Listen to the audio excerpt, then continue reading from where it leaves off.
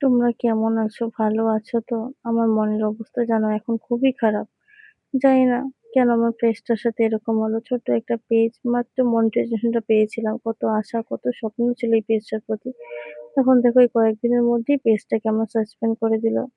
জানি না এখন কি করব? নাকি আরেকটা নতুন পেজ খুলতে হবে না কি করতে হবে কিছুই জানি না। ভিডিও তো আছে, ফেসবুকে তো ভিডিও দেখতে পারছি। ওখানে দেখছি অনেকেরই পেজ সাসপেন্ড করে দিচ্ছে। কিন্তু আমি কি করব এখন? আমি কি নতুন পেজ খুলবো? নাকি সেই পেজই হবে জানি না।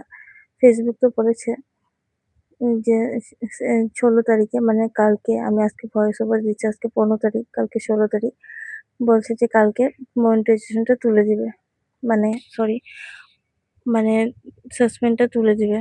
মাথাটা খুবই খারাপ জানো? যদি সাসপেন্ডটা তুলে দেয় কালকে তাহলে তো ভিডিও আপলোড করব। জানি না তারপরে আবার কি হয় না হয়। যাই হোক রান্নাবাড়ি তো করতেই হবে। এই যে টিফিন রেডি করে নিচ্ছি, বানাবো ফ্রাইড রাইস। মন মেজাজ কিছুই ভালো না কিন্তু রান্নাবাড়ি তো করতেই হবে, খাওয়া-দাওয়া তো করতেই হবে বলো? মন যেরকমই চলুক, নিজের কাজ তো করতেই হবে। মনের অবস্থা নিয়ে তো আর পেট চলবে না, পেটে খিদা ঠিকই পাবে।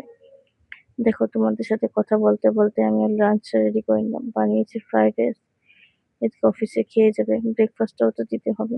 চলো ব্রেকফাস্টটা রেডি করে নিই। এই যে নিয়েছি আমি ব্রেড টোস্ট, দিয়ে দেবো একটুখানি ফ্রাইড রাইস, জানি না খাবে কিনা দিয়ে দিলাম। দিয়ে দেবো ঠান্ডা ১ গ্লাস জল, ঠান্ডার সাথে তো আবার গরমও দিতে হবে না, তার জন্য দিয়ে দেবো ১ গ্লাস গরম চা ১ কাপ।